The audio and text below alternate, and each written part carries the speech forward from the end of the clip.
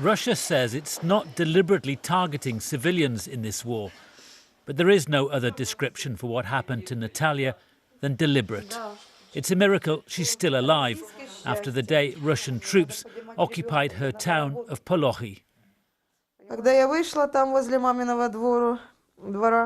I walked to where my mother lived. A soldier stopped me and I raised my hands. I told them I'd been let through, but the soldier fired a burst of gunfire, hitting me in the legs, hitting me everywhere from the waist down. I'd asked how many millimeters away from death I was. The doctor said 1 millimeter. Everything is damaged, my private parts too. He was shooting to kill. Orikhiv is the next town along the southern road from where Natalia was shot.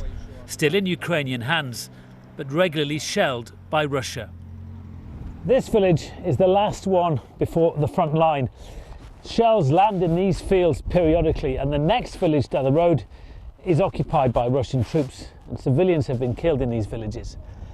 Now, many younger people have left here already, but others, in particular the elderly, they remain, but they know they're taking a big risk. Lida's modest farm is right at the edge of Orikhiv, the most exposed, dangerous part of town. Her sick husband and children are safe a few miles away, but she remains looking after her crops and animals. She takes me to see where she sleeps, not in the house, but in this cold, damp cellar, primitive cover from the Russian shells. I'm hiding here in this bunker because they're bombing us and attacking us from each side, says Lida.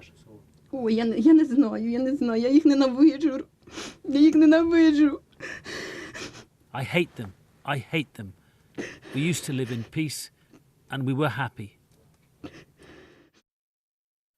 Speculation about Russian troop withdrawals around Kiev is treated with scepticism here in the south, where heavy fighting continues. Russia's assault on Mariupol is intense. Civilians like Natasha, who was blinded by Russian shelling, are still suffering. My sons were in the basement. The 19-year-old visits me, but as for the 5-year-old, I don't think he should be seeing his mum like this. I miss them so much. I want to give my little boy a hug and a kiss.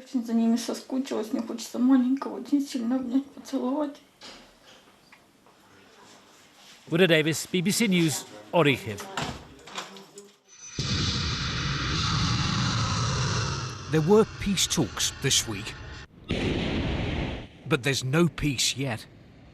The Russian military released these images of it launching ballistic missiles towards Ukraine. An army spokesman said Russia was continuing its special military operation and had destroyed fuel storage sites, arms depots and Ukrainian drones.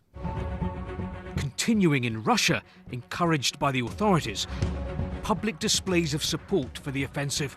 These buses form the letter Z that's painted on Russian military vehicles in Ukraine. You'll find Zs now on billboards, on government buildings, even on the side of theatres. And here, this is the home of human rights activist Oleg Orlov. Those who criticise Russia's onslaught in Ukraine have become targets of abuse.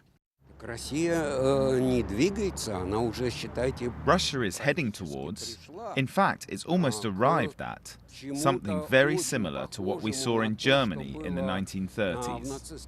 Everything feels very familiar, and that's important. In Russia, right now, there is no room for alternative views, for public expressions that contradict the official opinion.